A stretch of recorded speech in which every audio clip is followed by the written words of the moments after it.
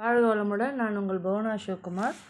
இந்த புடவை வந்து என் தம்பி ரிஷி கல்யாணத்துக்காக எடுத்து கொடுத்தது.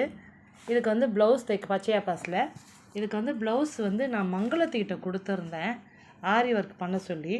ஆக்சுவலாக பட்டர்ஃப்ளை வேணும் அப்படின்னு சொல்லியிருந்தேன். நான் சிங்கிள் பட்டர்ஃப்ளை கேட்டிருந்தேன். இது கஸ்டமைஸ்டு ப்ளவுஸு. அப்புறம் வந்து இல்லை இந்த மாதிரி ஒன் சைடு இருக்கிறத மாதிரி போடலாம் அப்படின்னு கூகுளில் தான் சர்ச் பண்ணி அனுப்பிச்சோம்.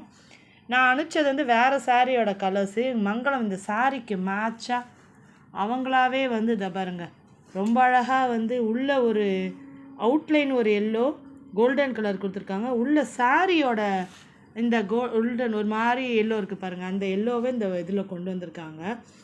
சாரி இதில் நடுவில் பர்பிள் ஓடுது பாருங்கள். அதே மாதிரி இங்கேயும் வந்து பர்பிளில் பைப்பிங் லைன் மாதிரி ரொம்ப அழகாக கொடுத்துருக்காங்க பாருங்கள். இந்த சைடு வந்து சாரி தொங்க விட்டு நம்ம ஆரி ஒர்க் என்ன பண்ணாலும் மறைஞ்சிடும். அதனால் ஒரு சைடு இருந்தால் போதும்னு சொன்னேன். அதே மாதிரி அவங்களும் ஒரு சைடு வரைக்கும் பண்ணியிருக்காங்க. ரொம்ப நல்லா இருக்குது பாருங்கள். இது வந்து டாசில்ஸு. இது மங்களமோட ஐடியாவே தான். சரி, புவனேஸ்வரிக்கு ஃபஸ்ட் லெட்டர் பி, சிவகுமாருக்கு first letter S. Bhuvana Sivakumar. நம்ம சேனல் நேம் வந்துடுச்சிங்களா? அப்புறம் ஃப்ரண்ட்டில் வந்து பட்டர்ஃப்ளை ஒரு சைடு மட்டும் தெரிகிற மாதிரி கேட்டிருந்தேன். இங்கே பாருங்கள் எவ்வளோ அழகாக அந்த பாடியை கொண்டு வந்து சூப்பராக இருக்குல்ல.